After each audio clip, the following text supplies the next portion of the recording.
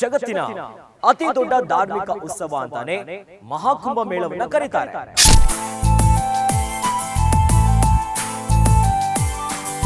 ಇನ್ನು ಈ ಕುಂಭ ಮೇಳವನ್ನ ನೋಡುವುದಕ್ಕೆ ಜಗತ್ತಿನ ನಾನಾ ಮೂಲೆಯಿಂದ ಭಕ್ತ ಸಾಗರವೇ ಬಂದು ಸೇರ್ತಾ ಇದೆ.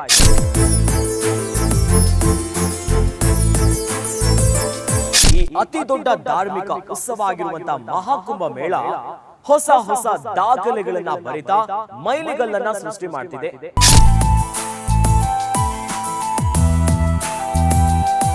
ನಮಸ್ತೆ ವೀಕ್ಷಕರೇ, ನೀವು ನೋಡ್ತಾ ಇದ್ದೀರಾ ಗ್ಯಾರಂಟಿ ನ್ಯೂಸ್. ನಾನು ಅಖಿಲೇಶ್ ದಬ್ಬೆಕಟ್ಟೆ. ಉತ್ತರ ಪ್ರದೇಶದ ಪ್ರಯಾಗ್ರಾಜ್ನಲ್ಲಿ ಮಹಾ ಕುಂಭ ಮೇಳ ನಡೀತಾ ಇದೆ. ಜಗತ್ತಿನ ಅತಿ ದೊಡ್ಡ ಧಾರ್ಮಿಕ ಉತ್ಸವ ಅಂತಾನೆ ಮಹಾಕುಂಭ ಮೇಳವನ್ನ ಕರೀತಾರೆ. ಇನ್ನು ಈ ಕುಂಭ ಮೇಳವನ್ನ ನೋಡುವುದಕ್ಕೆ ಜಗತ್ತಿನ ನಾನಾ ಮೂಲೆಯಿಂದ ಭಕ್ತ ಸಾಗರವೇ ಬಂದು ಸೇರ್ತಾ ಇದೆ. ಪವಿತ್ರವಾಗಿರುವಂತಹ ತ್ರಿವೇಣಿ ಸಂಗಮದಲ್ಲಿ ಮಿಂದು ಪವಿತ್ರರಾಗ್ತಿದ್ದಾರೆ. ಆದ್ರೆ ಈ ಅತಿ ದೊಡ್ಡ ಧಾರ್ಮಿಕ ಉತ್ಸವ ಆಗಿರುವಂತಹ ಮಹಾಕುಂಭ ಮೇಳ ಹೊಸ ಹೊಸ ದಾಖಲೆಗಳನ್ನ ಬರಿತಾ ಮೈಲಿಗಲ್ಲನ್ನ ಸೃಷ್ಟಿ ಮಾಡ್ತಿದೆ. ಅಯ್ಯೋ, ಯಾವ್ದಪ್ಪ ಇದು ಹೊಸ ದಾಖಲೆ ಅಂತೀರಾ? ಈ ಬಗ್ಗೆ ಒಂದು ಕಂಪ್ಲೀಟ್ ಸ್ಟೋರಿ ಇಲ್ಲಿದೆ ನೋಡಿ. 144 ವರ್ಷದ ಬಳಿಕ ನಡೆಯುತ್ತಿರುವ ಮಹಾ ಕುಂಭ ಮೇಳಕ್ಕೆ ಭಕ್ತಾಭಿಗಳು ಸಾಗರದಂತೆ ಹರಿದು ಬರ್ತಿದ್ದಾರೆ. ಇನ್ನು ಸ್ಥಳೀಯ ಆಡಳಿತಕ್ಕೆ ನಿರ್ವಹಣೆ ಮಾಡೋದೇ ಕಷ್ಟವಾಗಬೇಕು ಅನ್ನೋ ಮಟ್ಟಿಗೆ ಭಕ್ತ ಕೋಟಿಯೇ ಪ್ರಯಾಗ್ರಾಜ್ನತ್ತ ತೆರಳುತ್ತಿದ್ದಾರೆ. ಸರ್ಕಾರದ ಹಿರಿಯ ಅಧಿಕಾರಿಗಳು ಮಾಧ್ಯಮಗಳಿಗೆ ಇನ್ನು 2-3 ದಿನ ಪ್ರಯಾಗ್ರಾಜ್ನತ್ತ ಪ್ರಯಾಣವನ್ನ ಬಳಸಬೇಡಿ, ಈಗಾಗಲೇ ಭಕ್ತ ಕೋಟಿಯಿಂದ ಇದು ತುಂಬಿ ಹೋಗಿದೆ ಅಂತ ಹೇಳುವ ಮಟ್ಟಿಗೆ ಜನರು ಸಾಗರೋಪಾದಿಯಲ್ಲಿ ಪ್ರಯಾಗ್ರಾಜ್ನತ್ತ ಪವಿತ್ರ ಸ್ಥಾನಕ್ಕೆ ಹರಿದು ಬರ್ತಿದ್ದಾರೆ. ಪ್ರಯಾಗ್ರಾಜ್ನ ಮಾಹಿತಿ ನಿರ್ದೇಶಕ ಶಿಶಿರ್ ಕುಮಾರ್ ಹೇಳುವ ಪ್ರಕಾರ ಈಗಾಗಲೇ ಅಂದ್ರೆ ಜನವರಿ 13ರಿಂದ ಫೆಬ್ರವರಿ 10ರವರೆಗೆ ಸುಮಾರು 43.57 ಕೋಟಿ ಜನರು ತ್ರಿವೇಣಿ ಸಂಗಮದಲ್ಲಿ ಪವಿತ್ರ ಸ್ನಾನವನ್ನ ಮಾಡಿದ್ದಾರೆ. ದೇಶದ ಸುಮಾರು 1/3 ಭಾಗದಷ್ಟು ಜನಸಂಖ್ಯೆ ಕಳೆದ ಇಷ್ಟು ದಿನಗಳಲ್ಲಿ ಪ್ರಯಾಗ್ರಾಜ್ಗೆ ಭೇಟಿ ನೀಡಿ ಹೋಗಿದ್ದಾರಂತೆ.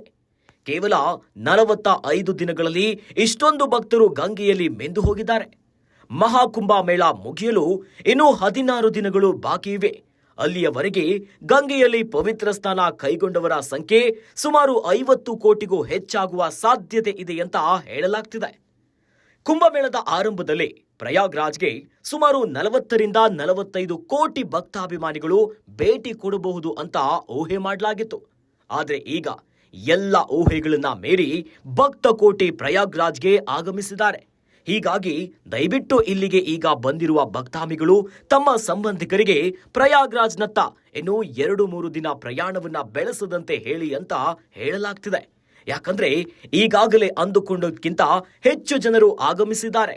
ವಸಂತ ಪಂಚಮಿ ಅಮೃತ ಸ್ನಾನ ಮುಗಿದ ಬಳಿಕ ಭಕ್ತಾಭಿಗಳ ಸಂಖ್ಯೆ ಕಡಿಮೆ ಆಗಬಹುದು ಅಂತ ಊಹೆ ಮಾಡಲಾಗಿತ್ತು.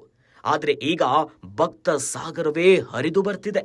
ಇಷ್ಟೇ ಅಲ್ಲ, ಪ್ರಯಾಗ್ರಾಜ್ಗೆ ಹೋಗುವ ಹಾದಿಯಲ್ಲಿ ನಿರ್ಮಾಣವಾಗಿರುವ 250ರಿಂದ 300 ಕಿಲೋಮೀಟರ್ ಉದ್ದದಷ್ಟು ಟ್ರಾಫಿಕ್ ಜಾಮ್ ಮುಂದುವರೆದು ಬಿಟ್ಟಿದೆ. ಕೆಲವೆಡೆ ವಾಹನಗಳು 48 ಗಂಟೆ ನಿಂತಲ್ಲೇ ನಿಂತಿದ್ರೆ, ಕೆಲವೆಡೆ ಅತ್ಯಂತ ನಿಧಾನಗತಿಯ ವಾಹನ ಸಂಚಾರ ಕೂಡ ಕಂಡುಬಂದಿದೆ. ವಸಂತ ಪಂಚಮಿಯ ಪವಿತ್ರ ಸ್ಥಾನದ ಬಳಿಕ ಕುಂಭಮೇಳಕ್ಕೆ ಆಗಮಿಸುವರ ಸಂಖ್ಯೆ ಕಡಿಮೆಯಾಗುವ ನಿರೀಕ್ಷೆ ಇತ್ತು. ಆದ್ರೆ ಈಗ ವಾರಾಂತ್ಯವಾಗಿರುವುದರಿಂದ ವ್ಯತಿರಿಕ್ತ ಪರಿಸ್ಥಿತಿ ನಿರ್ಮಾಣವಾಗಿದೆ. ಹೀಗಾಗಿ ಕುಂಭಮೇಳದ ಹಾದಿಯಲ್ಲಿ ತಗ್ಗದ 300 ಕಿಲೋಮೀಟರ್ ಟ್ರಾಫಿಕ್ ಜಾಮ್. ಈ ಟ್ರಾಫಿಕ್ ಜಾಮ್ ಅನ್ನ ನೋಡಿದ ಜನ ಇದು ಜಗತ್ತಿನ ಅತಿ ದೊಡ್ಡ ಟ್ರಾಫಿಕ್ ಜಾಮ್ ಅಂತ ಕರೆಯೋದಕ್ಕೆ ಶುರು ಮಾಡಿದ್ದಾರೆ. ನೋಡಿದ್ರಲ್ಲ ವೀಕ್ಷಕರೇ, ಉತ್ತರ ಪ್ರದೇಶದ ಮಹಾಕುಂಭ ಮೇಳ ಯಾವ್ಯಾವ ಹೊಸ ದಾಖಲೆಗಳನ್ನ ಬರಿತಾ ಇದೆ ಅಂತ. ಇನ್ನು 16 ದಿನದಲ್ಲಿ 20 ಕೋಟಿ ಜನ ಭೇಟಿ ನೀಡುವಂತಹ ನಿರೀಕ್ಷೆ ಕೂಡ ಇದೆ. ಇನ್ನಷ್ಟು ಸುದ್ದಿಗಳಿಗಾಗಿ ನೋಡ್ತಾ ಇರಿ ಗ್ಯಾರಂಟಿ ನ್ಯೂಸ್. ಸುದ್ದಿ ಖಚಿತ, ನ್ಯಾಯ ನಿಶ್ಚಿತ.